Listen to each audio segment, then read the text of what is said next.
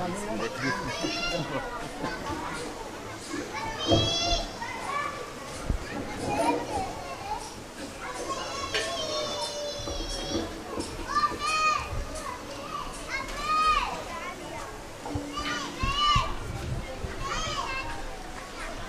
اللہ الرحمن الرحیم الحمد للہ وکفا وسلام علی عبادہ الذین اصطفى اما بعد فاعوذ باللہ من الشیطان الرجیم بسم اللہ الرحمن الرحیم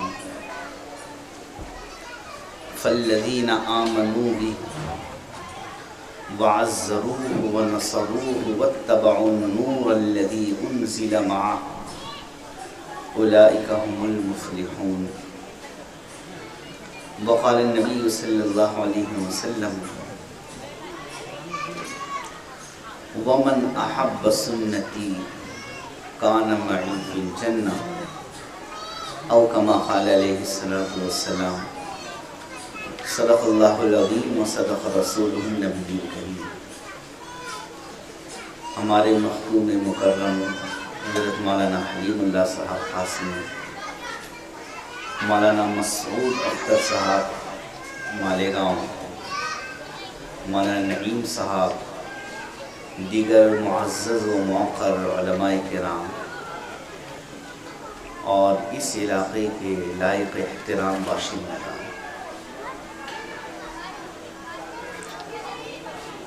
آج جس موضوع پر مجھے مختصر وقت میں اپنی بات رکھنی ہے وہ موضوع ہے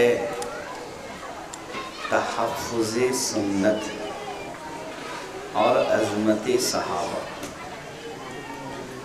نظر آنے میں دو ہے اور معنویت کے اعتبار سے 4 ہے اور وقت شاید 20 منٹ ہے۔ قرآن پاک میں اللہ رب العزت نے یہ اعلان فرما دیا ہے جس اعلان کو ہم سب کو اپنی دل کی آنکھوں سے سننا ہے اور اپنے تخت دل پر لکھنا ہے۔ اللہ تعالیٰ نے فرمایا ہے قُلْ إِن كَانَ آبَاؤُكُمْ وَأَبْنَاؤُكُمْ وَإِخْوَانُكُمْ وَأَزْوَاجُكُمْ وَعَشِيرَتُكُمْ، تمہارے ماں باپ، اولاد، بھائی بہن، خاندان، مال، تجارت، یہ ساری چیزیں احب الیکم من اللہ ورسولہ وجہاد فی سبیلہ، اگر ان چیزوں سے تمہیں اللہ سے زیادہ، اس کے رسول سے زیادہ، اس کے راستے میں جہاد سے زیادہ ان چیزوں سے محبت اگر ہے فتربصوا، انتظار کرو، حتی یأتی اللہ بِأَمْرِهِ، اس وقت کا انتظار کرو کہ اللہ تم پر اپنا عذاب لے آئے۔ ہم جو زندگی گزار رہے ہیں اپنے دل میں جھانک کر اور اپنی روزمرہ کی اس بھگدڑ مچی زندگی میں ہمیں غور کرنا ہے کہ کیا ہمیں اللہ کے رسول صلی اللہ علیہ وسلم سے اپنی جان سے، اپنے اہل و عیال سے زیادہ محبت ہے یا ان چیزوں سے زیادہ محبت ہے؟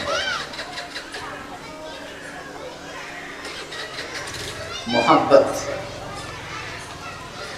دعوت تو ہر ایک محبت کا کرتا ہے۔ عربی شاعر نے کہا تعصی الہ وتدعی حبہ ان ھذا فی القول لبدیع لو کان حبک صادقا لأطعتہ ان المحب لمن یحب یطیع، تو نافرمانی بھی کرتا ہے اور محبت کے دعوے بھی کرتا ہے، بڑی عجیب بات ہے. اگر تیری محبت سچی ہوتی تو تو اپنے محبوب کی بات مانتا، اس لیے کہ محبت کرنے والا اپنے محبوب کی بات کو کبھی ٹھکرایا نہیں. کئی صحابہ کرام ہیں جو اپنے گھروں میں بے چینی کے کیف میں اٹھ کر حضور اکرم صلی اللہ علیہ وسلم کے پاس آئے اور کہنے لگے حضور آپ سے اتنی محبت ہے کہ گھر میں ایسا لگتا ہے کہ اب جان نکل جائیں گی، اس لیے بے قراری کے عالم میں آپ کا دیدار کرنے کے لیے آپ سے قریب ہم آ گئے ہیں. جب کئی صحابہ کرام نے یہ بات کہی تو اللہ رب العزت نے ان سب کے جواب میں ایک آیت اتاری اور اس آیت میں تا قیامت اعلان کر دیا وَمَن يُطِعِ اللَّهَ وَالرَّسُولَ فَأُولَئِكَ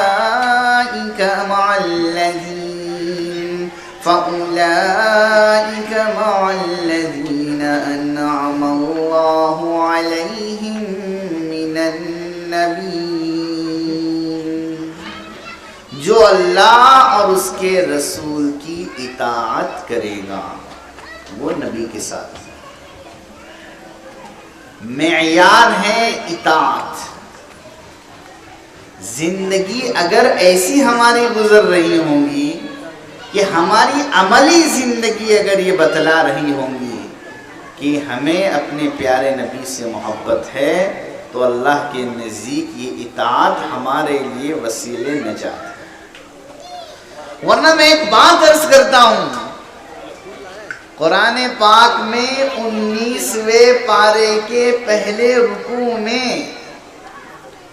اللہ تعالیٰ نے یہ فرمایا ہے کہ ہمارے نبی کل قیامت کے دن ہماری شکایت کریں گے. بات سنے تو آ رہی ہے نا؟ کیا کریں گے ہماری؟ ارے کیا کریں گے؟ کیا کہا میں نے؟ شکایت کریں گے. سفارش نہیں کہا کہ آپ سفارش سنیں. کس بات پر؟ ہم اگر اپنی زندگی میں قرآن پاک کو پس پشت ڈال دیں گے، قرآن پاک کو چھوڑ دیں گے تو ہمارے نبی کل قیامت کے دن ہماری شکایت کریں گے. فرمایا وَقَالَ الرَّسُولُ يَا رَبِّ إِنَّ قَوْمِ اتَّخَذُوا هَذَا الْقُرْآنَ مَهْجُورًا. رسول یہ شکایت کریں گے اللہ میری قوم نے اس قرآن کو چھوڑ دیا تھا، پس پشت ڈال دیا تھا. اسی لیے میرے بھائیوں بیدار ہونے کی ضرورت ہے. تو ہمیں اگر اپنے نبی سے سچی محبت ہے تو ہماری عملی زندگی اس کی گواہی دیں گی. آج جو لفظ استعمال کیا گیا ہے عنوان میں سنت، ہماری معاشرتی زندگی میں مجھے 3 سنتوں کو بیان کرنا ہے اور میری اتنی درخواست ہے کہ ہم سب یہ ارادہ کریں کہ ان 3 سنتوں کو انشاءاللہ ہم اپنی زندگی میں جگہ دیں گے. سب جگہ دیں گے انشاءاللہ؟ اور میری بات بھی سمجھ میں آ رہی نا انشاءاللہ؟ کون کون جگہ دیں گا ذرا ہاتھ اٹھائیے تھوڑا سا. کیونکہ میں اورنگ آباد سے سفر کر آیا ہوں، کچھ تو میرا ذخیرہ آخرت بن گیا ہے. پہلی سنت یہ ہے، میں یہ سنتیں جو بیان کر رہا ہوں یہ وہ سنتیں ہیں جس کو حضرات صحابہ نے اپنی عملی زندگی میں جگہ دی ہے. پہلی بات، حضرات صحابہ کرام رضی اللہ عنہم اجمعین جناب آقا حضرت محمد الرسول اللہ صلی اللہ علیہ وسلم کی ہر بات کو آنکھ بند کر کے یقین کے ساتھ محبت کے ساتھ اپنی زندگی میں جگہ دیتے تھے، اس لیے وہ کامیاب ہوئے. تو سنت پر یقین محبت کے جذبات کے ساتھ وہ کرتے تھے، آنکھ بند کر کے نبی کی سنت پر وہ عمل کر لیتے تھے. اور آج ان میں اور ہم میں یہ فرق آ گیا ہے کہ ہم نبی کی ہر بات کو پہلے مفاد کے ترازو پر رکھتے ہیں، فائدے کے ترازو پر رکھتے ہیں. اگر ہمیں کسی سنت میں فائدہ نظر آ گیا ارے بھائی بہت اچھا ہے نا، کل سے تلوینہ شروع کر دیں گے، ارے کل سے مسواک شروع کر دیں گے، ارے بہت اچھا ہے کل سے یہ شروع کر دیں گے. کیوں؟ شوگر کا بھی علاج ہے اور بی پی کا بھی علاج ہو جاتا ہے، ہارٹ کا بھی علاج ہو جاتا ہے. ہم سنتوں کو اپنے مفادات کے پیش نظر اپناتے ہیں، اور صحابہ اکرام نے حضور اکرم صلی اللہ علیہ وسلم کی ہر سنت کو سنت ہونے کی نسبت پر اپنایا. مشکات شریف میں روایت ہے، حضور اکرم صلی اللہ علیہ وسلم نے فرمایا لا تکونوا اماء، تم اماء مت بن جانا. صحابہ نے کہا حضور اماء کا کیا مطلب؟ فرمایا تم مفاد پرست بن جاؤ. اگر کوئی ہمارے ساتھ فائدے کا معاملہ کرے گا ہم اسے فائدہ پہنچائیں گے، اگر کوئی ہمارے ساتھ فائدے کا معاملہ نہیں کرے گا ہم اسے کوئی فائدہ نہیں پہنچائیں گے، جبکہ ہم اس نبی کے ماننے والے ہیں جو نبی رحمت للعالمین ہیں. اس لیے میرے بھائیوں، آج سے پہلی چیز ہمیں اپنی زندگی میں لانا ہے کہ جس کسی سنت کو ہم سنیں گے، چاہے وہ معاشرت کی ہو، کاروبار کی ہو، گھر سے تعلق رکھنے والی ہو، اس سنت کو اس بات کو سوچے بغیر کہ میرا فائدہ ہے یا نہیں ہے، انشاءاللہ ہر سنت کو اپنی زندگی میں لائیں گے. سب لائیں گے نا انشاءاللہ؟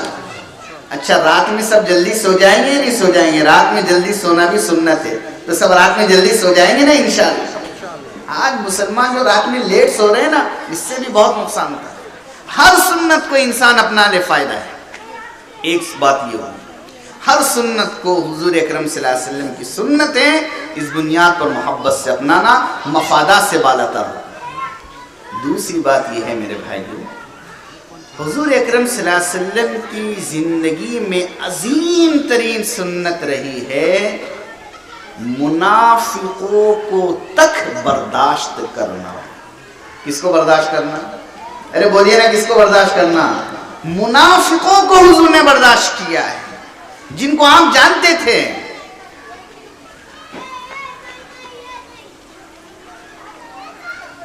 وَإِذَا رَأَيْتَهُمْ تُعْجِبُكَ أَجْسَامُهُمْ وَإِنْ يَقُولُوا تَسْمَعْ لِقَوْلِهِمْ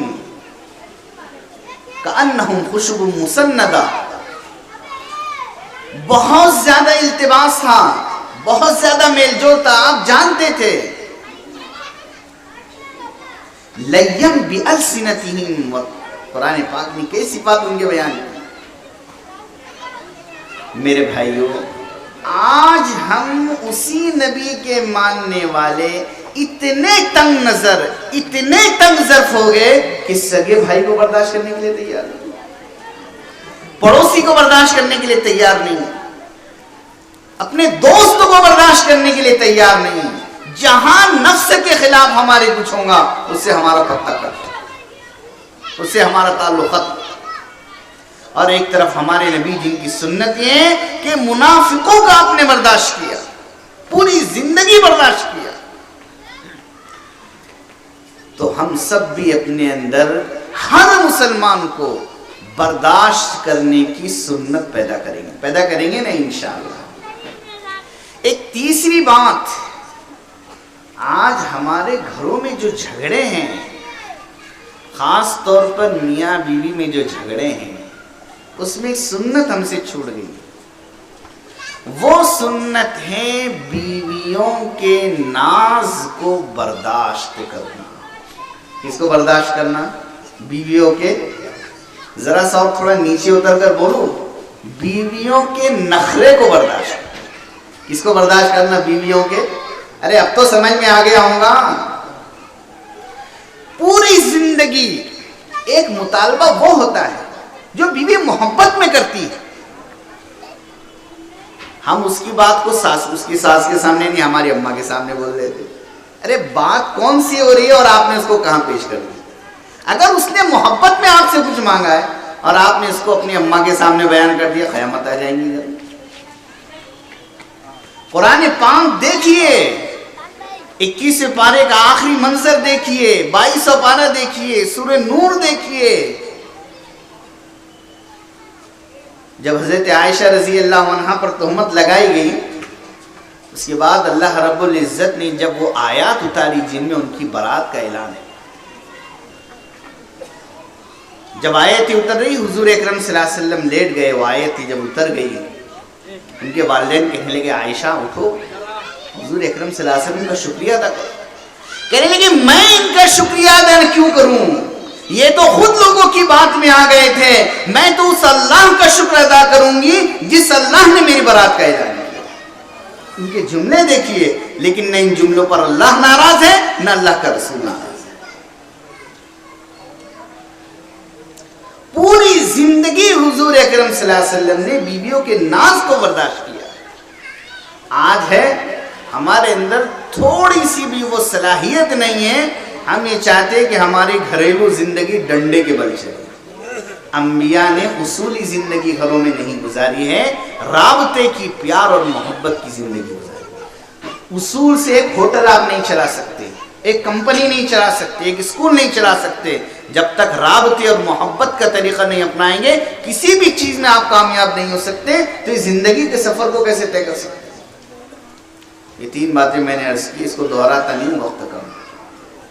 دوسرا عنوان تھا فضائل صحابہ۔ فضائل تو ماشاءاللہ آپ سنتے رہتے، ایک آیت کریمہ صرف پڑھوں گا لیکن اشارہ کر رہا ہوں، آپ علماء سے آپ بعد میں سمجھ لیں گے۔ 11ویں پارے کی ابتدا میں اللہ رب العزت نے یہ فرمایا ہے وَالسَّابِقُونَ الْأَوَّلُونَ مِنَ الْمُهَاجِرِينَ وَالْأَنصَارِ وَالَّذِينَ اتَّبَعُوهُم بِإِحْسَانٍ رَضِيَ اللَّهُ عَنْهُمْ وَرَضُوا عَنْهُ۔ میرا آپ سب بھیونڈی کے لوگوں سے ایک سوال ہے، کیا آج کے زمانے میں اگر آپ سے یہ کوئی کہے کہ جو سرٹیفکیٹ صحابہ کرام کو رضی اللہ عنہم ورضوا عنہ کا دیا گیا تھا کہ اللہ ان سے راضی، وہ اللہ سے راضی، یہ سرٹیفکیٹ آپ کو چاہیے یا نہیں چاہیے؟ تو آپ کیا جواب دیں گے؟ ارے بولیے نا، ارے بولیے بھائی بولیے، کیا کہیں گے؟ چاہیے نا۔ کتنا بڑا سرٹیفکیٹ ہے کہ اللہ راضی اور بندے اللہ سے راضی، رضی اللہ عنہم ورضوا عنہ کا سرٹیفکیٹ معمولی بات ہے۔ اللہ تعالیٰ نے قرآن نے کہا وَالسَّابِقُونَ الْأَوَّلُونَ مِنَ الْمُهَاجِرِينَ وَالْأَنصَارِ، اسلام کے لیے پہل کرنے والے انصار و مہاجر صحابہ، اور قیامت تک جو لوگ بھی ان صحابہ کرام کے نقش قدم پر ٹھیک ٹھیک چلیں گے، والذین اتبعوہم بإحسان، جو لوگ بھی قیامت تک ان کے نقش قدم پر ٹھیک ٹھیک چلیں گے، رضی اللہ عنہم ورضوا عنہ، ان سب سے اللہ راضی اور وہ سب اللہ سے راضی۔ تو سب صحابہ اکرام کے نقش قدم پر چلیں گے انشاءاللہ؟ ارے چلیں گے انشاءاللہ۔ میں صرف 3 صفات مجھے صحابہ کی بیان کرنا ہے، لیکن میں آپ سے پہلے عہد و پیمان لینا چاہتا ہوں کہ آپ سب یہ ارادہ کریں کہ یہ 3 چیزیں انشاءاللہ ہم اپنی زندگی میں پیدا کریں گے جو صحابہ کی زندگی میں تھی۔ سب پیدا کریں گے نا بھائی انشاءاللہ؟ ایسا آپ ادھر دیکھ لیجئے میری طرف، یہ جو چیز میں آپ کو دے رہا ہوں نا وہ چادر سے زیادہ قیمتی چیز ہے، وہ پھول سے زیادہ قیمتی چیز ہے۔ حضرت عبداللہ ابن مسعود رضی اللہ تعالیٰ عنہ فرماتے ہیں کہ صحابہ اکرام میں 3 اوصاف تھے، من کان مستنن فلیستن بمن قد مات، جو کسی کے نقش قدم پر چلنا چاہتا ہو وہ صحابہ کے نقش قدم پر چلے۔ 3 باتیں ان کے اندر تھی، ان میں 3 صفات تھی۔ ہم میں سے ہر ایک یہ طے کر جائے کہ اب آج کے بعد میری زندگی میں صحابہ کی یہ 3 صفات ہوں گی۔ سب طے کرتے ہیں انشاءاللہ؟ ارے بولیے ایک مرتبہ۔ پہلی صفت ان میں یہ تھی ابرہا قلوبا، دل کے بڑے صاف ستھرے تھے۔ دل کے کیا تھے؟ اپنے دل کو بہت صاف ستھرا رکھنا ہے۔ حضرت سعد ابن ابی وقاص کے متعلق حضور نے کئی مرتبہ فرمایا سعد فی الجنہ۔ ان سے جب پوچھا گیا انہوں نے کہا جب میں رات کو سوتا ہوں تو اپنے دل کو بالکل ہر مسلمان کے لیے صاف ستھرا کر سکتا ہے. تو ان کے دل بہت صاف ستھرے تھے. اشداء علی الکفار رحماء بینہم والف بین قلوبہم لو انفقت ما فی الارض جميعا ما الفت بین قلوبہم. اس لیے ہمارے دل میں کسی مسلمان کے لیے ہمیں کینہ نہیں رکھنا ہے, اپنے دل کو صاف کرنا ہے. ہاں ناراضگیاں ہوتی ہیں, لیکن ناراضگی کے بعد میں اپنے دل کو صاف کرنا یہ کمال. تو دل ان کے صاف ستھرے تھے. ہمیں اللہ کے پاس اپنا صاف ستھرا دل لے جانا ہے. الا من اتى الله بقلب سلیم. دوسری بات, 1 منٹ زیادہ ہو گئے اور 2 منٹ میں بعد انشاءاللہ. دوسری صفت ان میں تھی اعمقها علما, علم کے گہرے تھے. آج میرے بھائیوں یرفع العلم, علم کے اٹھنے کا زمانہ ہے. لوگوں کو معلومات ہے, لیکن جو علم کی گہرائی تھی اس سے دلچسپی دن بدن ختم ہوتی جا رہی. یہ واٹس ایپ نے آ کر تو علم کی دنیا میں آگ لگا دی. وہ علم جو علم حقیقی ہے, علم نافع ہیں, جو اسلاف کے طریقے پر حاصل ہوتا ہے, اس علم کے حاصل کرنے کی ہر مسلمان کو ضرورت ہے. صحابہ کرام میں اکثر علم حاصل کرنے والے بڑی عمر کے تھے. آج ہم نے علم کو بچوں کے لیے سمجھ لیا. تو علم کی گہرائی, جب علم کی گہرائی ہوں گی ہم حالات کا مقابلہ کریں گے. آج حالات ہمارے سامنے آ رہے ہیں ملک کے, لیکن ہمارے پاس ایسی بصیرت نہیں کہ ہم ان حالات کا مقابلہ کر سکیں. اور تیسری چیز جو صحابہ کرام میں تھی وَقَلَّهَا تَكَلُّفًا, ان میں بناوٹ نہیں تھی. بناوٹ نہیں تھی, جو تھے سیدھے سادے تھے. ہر چیز میں سادگی تھی. تکلف, تصنع, ہر چیز سے بار جو ہے آپ کے پاس جو مہمان آئے جو ہے پیش کر دیتے تھے. اکثر ولیمے میں جو حضور کے پاس موجود ہے وہ پیش کر دیا. اندر کچھ باہر کچھ, بناوٹ, یہ سب چیزیں ان کے پاس نہیں تھی. زندگی میں سادگی تھی, زندگی میں ظاہر باطن یکساں تھا. یہ 3 صفات صحابہ میں تھی. پہلی صفت ان کے اندر دل کے صاف ستھرے تھے, دوسرے علم گہرا تھا, اور تیسرے ان کے اندر تکلف و تصنع, بناوٹ نہیں تھی, بلکہ جو تھا بالکل صاف صاف معاملہ تھا. یہ صحابہ کی صفات ہیں. میں نے حضور اکرم صلی اللہ علیہ وسلم کی 3 وہ سنتیں جس کی آج ہمیں بہت ضرورت ہے, اور صحابہ اکرام کی عام 3 صفات ذکر کی ہے. اللہ تعالیٰ مجھے اور آپ کو, ہم تمام کو, ان تمام چیزوں کو اپنی عملی زندگی میں جگہ دینے کی توفیق عطا فرمائیں. آج یہ جو جلسہ منعقد کیا گیا, جس کے ذریعے سے عوام الناس تک یہ علمی باتیں پہنچانے کا سامان مہیا کیا گیا, میں اس سلسلے میں جتنے بھی ذمہ داران ہیں, مولانا نعیم صاحب ہے اور یہاں کے علماء کرام ہیں اور نوجوانان ہیں, سب کو اپنی جانب سے مبارکباد دیتا ہوں, اور دعا کرتا ہوں اللہ تعالیٰ ان کے گھر والوں کو اور ان کے اہل خاندان کو اللہ دنیا اور آخرت کی عافیت سے ہمکنار فرمائیں. وآخر دعوانا الحمدللہ. جزاک اللہ خیرہ. میرے دوستو, یہ تھے حضرت مولانا مفتی محمد محسن صاحب قاسمی اورنگ آباد, جن کے بیان سے ہم سب مستفیض ہو رہے تھے. اب میں بلا کسی